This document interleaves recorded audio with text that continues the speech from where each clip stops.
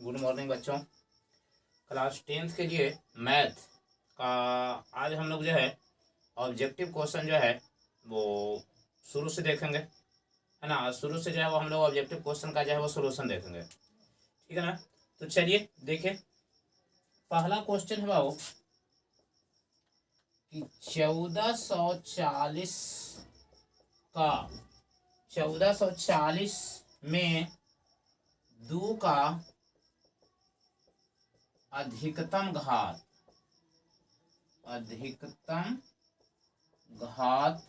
है, ठीक है। ए में जो है वो ऑप्शन डाला गया है बाबू, देख लेते हैं 2, बी में 5, सी में 4 और डी जो है इनमें कोई नहीं। अब देखिए बाबू, 2 का अधिकतम घात कितना होगा। अधिकतम घात जो है ना हम लोग अभाज्य गुणनखंड विधि के द्वारा बनाएंगे। तो देखिए, ये 1440 का जो है वो गुणनखंड कर दीजिए, ठीक है। तो कितना हो जाएगा बाबू 720, फिर हो जाएगा कितना, तो 3.5 और 10 360 हो जाएगा, 180, 90, 45। देखिए, अब हमको सिर्फ पूछ रहा है बाबू यहाँ पर 2 का घात, ठीक है ना। तो 2 का घात है तो इसमें अब तो 2 आएगा नहीं। तो कितना हुआ 1 2 3 4 5, कितना घात हुआ बाबू 1 2 3 4 5, 5 घात हुआ। 2 का अधिकतम घात कितना होगा 5, ठीक है। 2 का अधिकतम घात कितना होगा 5, ठीक है ना। क्वेश्चन नंबर 2 में चलते हैं बाबू। देखिए क्वेश्चन दूसरा क्वेश्चन है बाबू कि 3√3 कौन सी संख्या है,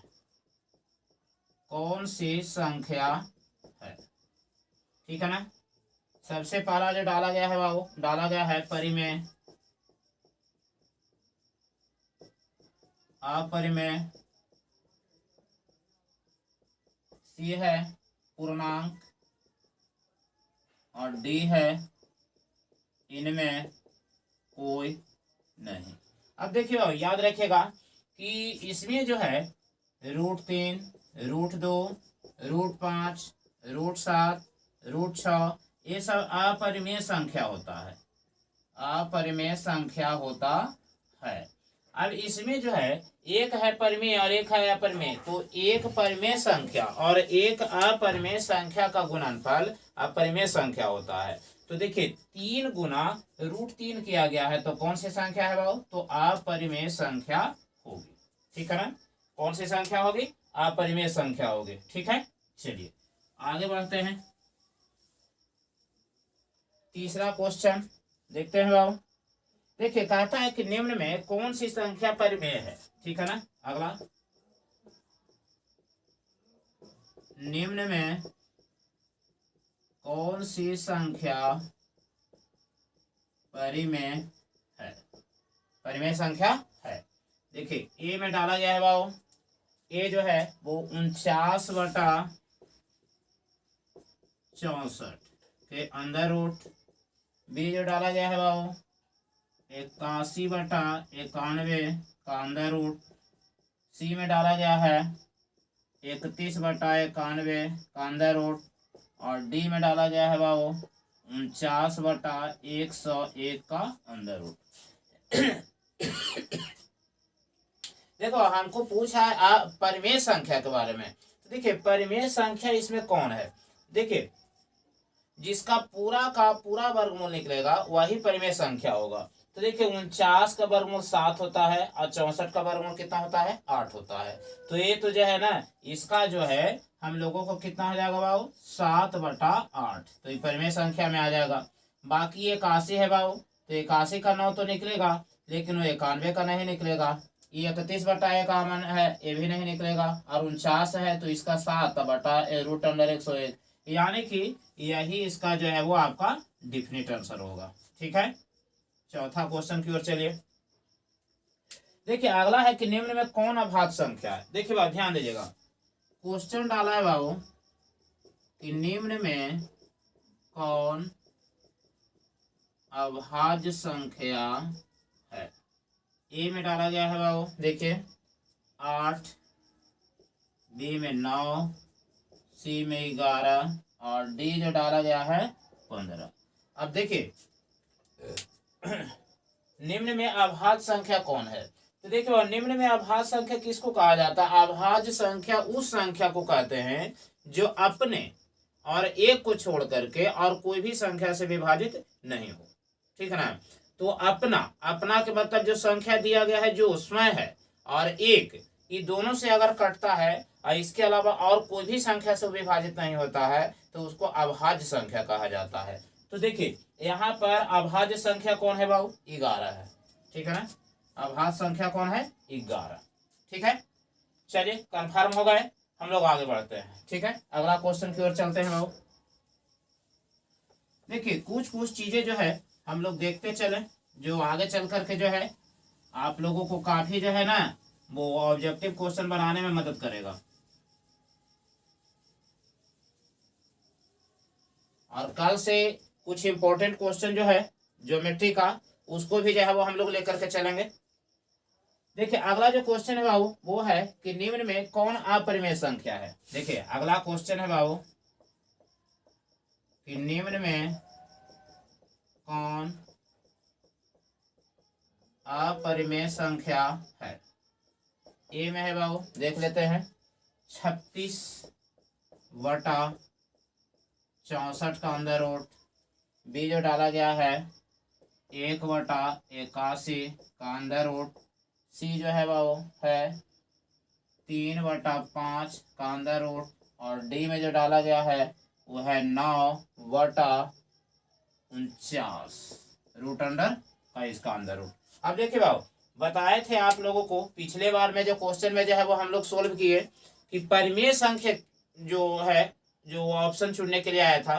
तो देखिए परिमेय संख्या के बारे में हम लोग यही जानते हैं कि जब रूट में हो तो उसका पूरा का पूरा वर्गमूल बाहर निकले, है ना। तो इसमें भी हम लोग चेक करेंगे, हम लोगों को जो है वो अपरिमेय संख्या के बारे में देखना है। तो अपरिमेय संख्या वैसी संख्या है जो इसमें पूरा का पूरा उसका वर्गमूल नहीं निकलेगा, पॉइंट में आएगा, ठीक है ना। तो देखिए यहाँ पर 36/64 है बाबू रूट अंडर, तो इसका पूरा का पूरा वर्गमूल निकलेगा 6/8 हो जाएगा। ये देखिए 1 का वर्गमूल 1 और 81 का वर्गमूल कितना हो जाएगा 9, यानी कि ये भी परिमेय हो जाएगा। ये देखिए 3/5 का अंदर रूट है बाबू, तो 3/5 है तो 3 का भी वर्गमूल नहीं निकलेगा, 5 का भी नहीं निकलेगा, जबकि 9 तो बाहर है और बटा में 49 है, ये भी जो है वो परिमेय संख्या है ना। तो ऐसी स्थिति में ये जो है वो आपका क्या हो जाएगा? डेफिनेट आंसर होगा। ये देखिए छठा क्वेश्चन की ओर जाओ चलते हैं बाबू। निम्न में कहता है कि π/2 क्या है? π/2 कौन सी संख्या है? ए है परिमेय, ए है अपरिमेय, सी है पूर्णांक, परिमेय और अपरिमेय दोनों, परिमेय और अपरिमेय, और डी है इनमें कोई नहीं। अब देखिए बाबू पाई कौन सी संख्या है? देखिए π/2 है तो पाई कौन सी संख्या? देखिए पाई अपरिमेय संख्या है, ठीक है ना। पाई जो है वो अपरिमेय संख्या है तो π/2 कौन सी संख्या होगा? अपरिमेय संख्या, ठीक है। याद रखिएगा पाई जो है वो अपरिमेय संख्या है तो π/2 कौन सी संख्या होगा? अपरिमेय संख्या होगा, ठीक है ना। चलिए अगला क्वेश्चन देखते हैं बाबू कि निम्न में कौन संख्या अपरिमेय है। देखिए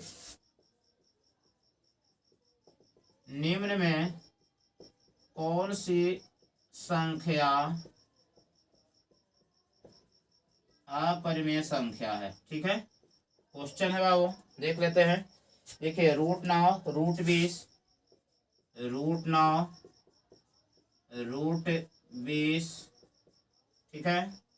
उसके बाद हो जाएगा √25 और √49।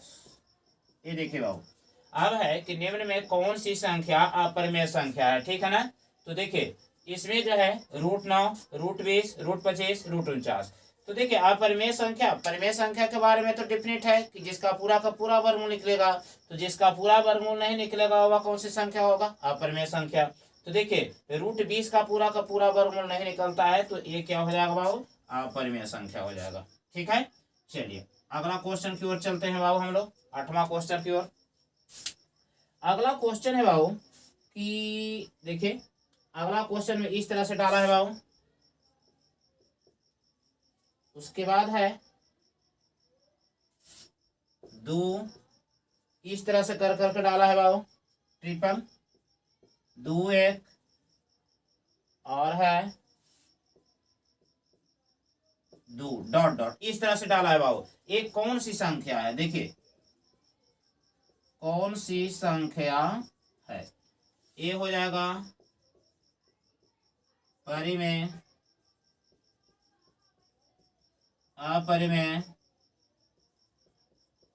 दोनों, इनमें कोई नहीं। अब देखिए बाबू जब भी इस तरह के क्वेश्चन आवे जो लगातार जो है वो एक के बाद एक जो है वो जो अंक है वो लगातार जो है वो आते जा रहा है और उसका जो है वो अंत नहीं है, तो ऐसी संख्या अपरिमेय संख्या में आती है। तो एस जो है वो क्या होगा बाबू? अपरिमेय संख्या हो जाएगा। ठीक है, कौन सी संख्या होगा? अपरिमेय संख्या होगा। ठीक है, चलिए आगे बढ़ते हैं बाबू अगला क्वेश्चन की ओर।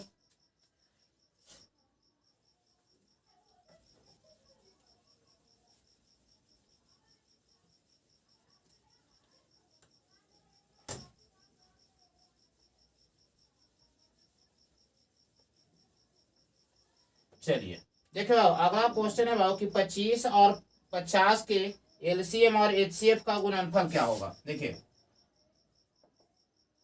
25 और 50 का एचसीएफ और एलसीएम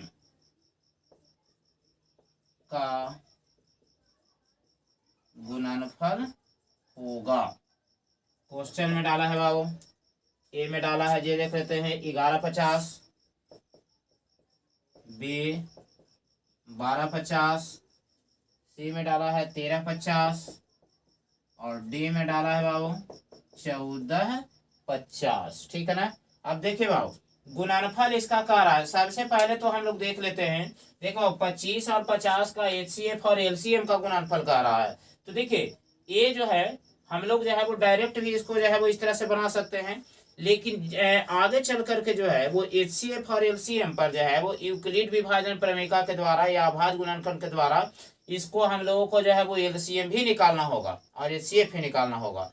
तो चलिए इसका एक मौका है, इसको हम लोग देख लेते हैं कि कैसे बनता है। ठीक है, तो देखिए 25 और है बाबू 50। देखिए 25 को जब तोड़िएगा आप तो ये हो जाएगा 5 के पावर 2। ठीक है ना। और 50 को तोड़िएगा बाबू तो 2 गुना 5 के पावर 2 ये हो जाएगा। अब देखिए बाबू एचसीएफ जो है वो कैसे निकलेगा? एचसीएफ तो देखिए बाबू एचसीएफ में जो है वो हमको ढूंढना है। ठीक है ना। एचसीएफ जो होता है इसमें हमको ढूंढना है मिनिमम। ठीक है ना। क्या ढूंढना है? मिनिमम। ठीक है, तो मिनिमम में क्या होगा इसको हम लोग देख लेते हैं। देखिए मिनिमम में जो है वो हम लोगों को क्या होगा? देखिए ये तो जो है ना वो एचसीएफ का जो है वो हम लोग निकालेंगे, देख लेते हैं इसका क्या है। तो इसका एचसीएफ क्या होगा बाबू? तो देखिए एचसीएफ जो है वो हम लोग जब निकालेंगे तो इसका मिनिमम में जो है ना जो दोनों में सर्वनिष्ठ हो, जो दोनों में मिल रहा हो, तो जो दोनों में मिलेगा वो कौन है? एक तो है नहीं बाबू, इसमें 2 भी नहीं मिल रहा है, तो सर्वनिष्ठ में तो यही आ रहा है ना। तो कितना हो जाएगा बाबू? 5 के पावर 2 बराबर 5 5 25। ठीक है, कितना है? 5 5 25। ठीक है ना। इसके बाद चलते हैं बाबू। अब देखिए चूंकि एचसीएफ तो हम निकाल दिए, अब हम एलसीएम में चलते हैं। तो देखिए भाई एलसीएम का नियम ये कहता है कि इसमें जो आप घात के रूप में बनाए हैं तो एकरा में हम लोग को मैक्सिमम घात देखना है, सबसे ज्यादा घात वाला अंक जो है जो लिखाएगा, और जो दोनों में नहीं मिल रहा है वो अंक भी लिखा जाएगा। तो देखिए 2 तो मिल नहीं रहा है बाबू इसमें, तो 2 को जो है वो हम लिखेंगे गुना फिर मिल रहा है कौन 5, तो 5 के पावर 2, 5 के पावर 2 है तो ये 5 को भी लिख दीजिए 5 के पावर 2, तो कितना हो जाएगा, देखिए 55 25 और 25 दूनी 50। अब ये दोनों को गुना कीजिए आप, ठीक है ना, तो देखिए कितना आता है बाबू, 25 में 5 से 25 25 25 से पर 1 0 कितना आया 1250, ठीक है ना, डायरेक्ट है इसका। और ऐसे भी जो है जब भी अगर इस तरह से क्वेश्चन एक दूसरा को गुणनफल में आवे तो इसका डायरेक्ट भी आप लोग कर सकते हैं, ठीक है ना। तो कितना है बाबू 1200 इसका 50 आ रहा है, ठीक है ना, 1250 इसका जो है वो गुणनफल होगा, ठीक है। देखिए ये जो हम लोग पढ़े एचसीएफ और एलसीएम निकालने के लिए आगे बहुत अच्छा काम करेगा, ठीक है ना। देखिए अगला क्वेश्चन की ओर जो है वो चलते हैं बाबू कि यदि भिन्न ए बटा बी में, देखिए यदि भिन्न ए बटा बी में बी बराबर जो है वो या बी जो है वो दिया हुआ है 2 के पावर n 5 के पावर m के रूप का हो तो संख्या है, तो संख्या है, कौन सी संख्या है बाबू, तो देखते हैं बाबू, देखिए क्या होता है इसमें। ए ऑप्शन जो डाला गया है इसका रूप जो है वो रूप का हो तो संख्या इसमें किस तरह का निकलेगा बाबू, तो देखिए इसमें किस तरह का निकलेगा, ए बटा 2 के पावर n ए बटा 3 के पावर n है और 5 के पावर m, बी में डाला गया है बाबू ए बटा 2 के पावर n और 5 के पावर m, सी जो क्वेश्चन में डाला गया है ए बटा 2 के पावर n और 3 के पावर m, और डी जो डाला गया है इनमें कोई नहीं। देखो एक चीज समझ लीजिए, इसमें भिन्न ए बटा बी जो डाला है हम लोग सिंपल भाषा में समझ लेंगे कि दशमलव प्रसार शांत और अशांत होने के लिए इसमें जो है वो मेन रूप से इसका जो है वो सूत्र को दिखाया है। तो देखिए दशमलव प्रसार शांत कब होगा, दशमलव प्रसार शांत होने के लिए सूत्र है कि ए बटा 2 के पावर n गुना 5 के पावर m, अगर इस रूप में रहता है तो दशमलव प्रसार शांत होगा, और अगर इस रूप में नहीं रहता है तो दशमलव प्रसार क्या होगा, अशांत होगा, ठीक है ना। तो देखिए इसमें जो है कौन होगा बाबू, तो इसका ऑप्शन जो है वो बी होगा, ए बटा 2 के पावर n और 5 के पावर m, ठीक है ना। और इसी को जो है वो दशमलव प्रसार के रूप में हम लोग देखते हैं। और देखिए एक चीज और है बाबू, इसको समझ लेते हैं, जब इस पर जो है वो हम लोग आ गया है क्वेश्चन इसको, तो इसको बढ़िया से समझ लें। देखिए बाबू अगर p बटा 2 के पावर n गुना 5 के पावर m है तो ए तो दशमलव प्रसार शांत का है, लेकिन अब इसमें कैसे कैसे हो सकता है, जैसे मान लेते हैं कि p बटा आपको सिर्फ दे रहा है 5 के पावर में, 5 जो है ना सिर्फ 5 ही आ रहा है, 2 नहीं आ रहा है, ठीक है ना। तो हम लोग उसको कैसे समझेंगे कि दशमलव प्रसार शांत है कि अशांत, तो देखिए याद रखिएगा कि जब भी p बटा 5 के पावर m खाली दे रहा है, यानी कि 5 के पावर 2 आ रहा है, 4 आ रहा है, लेकिन फिर 2 नहीं आ रहा है, तो यहाँ पर जो है वो हम लोग गुना करके 2 के पावर 0 लिख करके और लिख देंगे दशमलव प्रसार क्या शांत, ठीक है। या अगर p बटा 2 के पावर n करके कुछ भी संख्या आ रहा है और 5 नहीं आ रहा है तो दशमलव प्रसार फिर भी क्या होगा, शांत ही होगा। लेकिन इसमें जो है वो समझने वाली बात यह है बाबू कि अगर मान लेते हैं कि हमारे पास जो भिन्न आ रहा है उसमें 2 या 5 दोनों में से कोई एक नहीं आ रहा है और उसके बदले जो है वो 3 आ रहा है, 7 आ रहा है, अगर इस तरह से आता है तो ऐसे जो भिन्न होंगे उसका दशमलव प्रसार क्या होगा, अशांत होगा।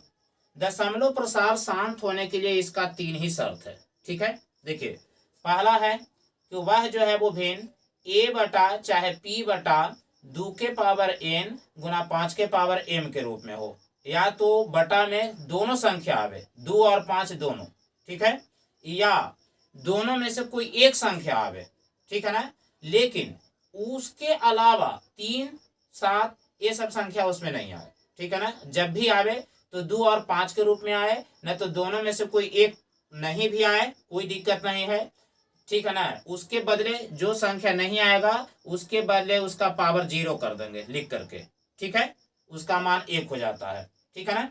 तो इस तरह से हम इसको समझते हैं बाबू कि ई जो है वो दशमलव प्रसार शांत है, ठीक है ना। या अब देखिए बटा में अगर जो है वो 2 या 5 के अलावा जो है वो कोई और संख्या उसमें एंट्री कर जाता है, ठीक है ना, तो दशमलव प्रसार क्या हो जाएगा, अशांत हो जाएगा, ठीक है।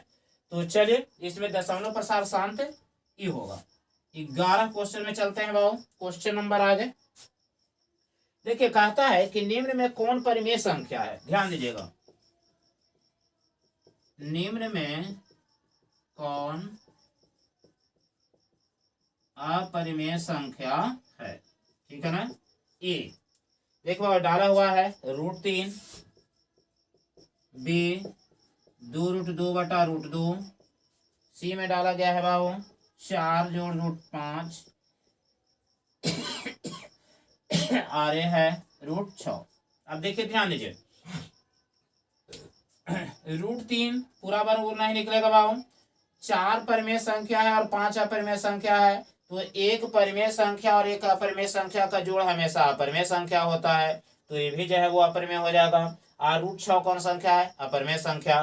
तो यहाँ पर देखिए ये 2√2/√2 दिया है बाबू, तो अगर 2√2/√2 आएगा तो ये तो कट गया, बचा कितना 2, तो ये हो जाएगा कौन संख्या, परिमेय संख्या, ठीक है ना। लेकिन इसमें जो है क्वेश्चन में जो है ना बाबू देखिए लिखा गया है, क्वेश्चन यहाँ लिखा है कि निम्न में कौन अपरिमेय संख्या है, तो अपरिमेय संख्या तो ये तीनों है ना। लेकिन यहाँ पर क्वेश्चन गलत हो गया है, यहाँ पर होना चाहिए कौन परिमेय संख्या है, ठीक है ना। निम्न में कौन परिमेय संख्या है, तो परिमेय संख्या कौन होगा, 2√2/√2, ठीक है। चलिए क्वेश्चन नंबर आगे चलते हैं बाबू।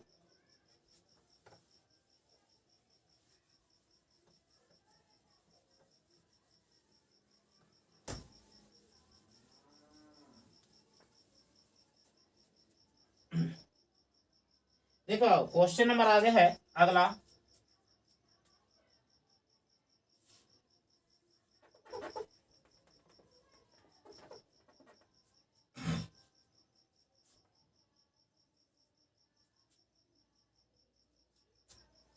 चलिए देखिए ये क्वेश्चन और है ना। क्वेश्चन है कि किसी धनात्मक पूर्णांक ए और बी के लिए, चलिए अच्छा इसका क्वेश्चन इस तरह से कर दें, यदि किसी धनात्मक पूर्णांक ए और बी के लिए, ठीक है ना, कहता है कि ए बी का मस गुणे, ठीक है ना, ए बी का लस, ठीक है ना, निम्न में कौन होगा, निम्न में कौन होगा, ठीक है ना। क्या है बाबू देखिए ऑप्शन में डाला है A/B, बी में डाला है बाबू B/A, सी में जो डाल दिया है वह है E गुना B, और डी में डाल दिया है A+B। अब देखिए बाबू ध्यान दीजिएगा, देखिए दो संख्या है बाबू धनात्मक पूर्णांक ए और बी के लिए, ए बी ई जो अंदर जो दिया हुआ है ई डाला हुआ है कुछ ई संख्या डाला हुआ है, तो ए बी का जो मस है वो है ना अगुना ए बी का लस, निम्न में कौन होगा। तो देखिए एक सूत्र होता है बाबू कि लस गुने मस बराबर पहली संख्या गुने दूसरी संख्या। अब देखिए तो लसा गुने मस, लसा तो दिल है ए और बी का मस गुना ए और बी का लस, यानी कि जो लसा तो हमको देना है, संख्या तो दोनों में देना है, तो संख्या है बाबू ए गुना बी, आई लसा गुने मस, यहाँ तो पूछ रहा है वही ना, लसा निम्न में कौन होगा, मसा गुना इतना का लसा कौन होगा, तो क्या हो जाएगा ए गुना डी, ठीक है। चलिए अब जो है वो हम लोग धीरे धीरे प्रत्येक दिन जो है वो 20-20 क्वेश्चन जो है ऑब्जेक्टिव क्वेश्चन जो है वो हम लोग देखेंगे, ठीक है ना। आज के लिए इतना ही रहने देते हैं, अगला दिन से जो है वो क्वेश्चन की संख्या और जो है वो बढ़ाया जाएगा, ठीक है। चलिए आज के लिए इतना ही।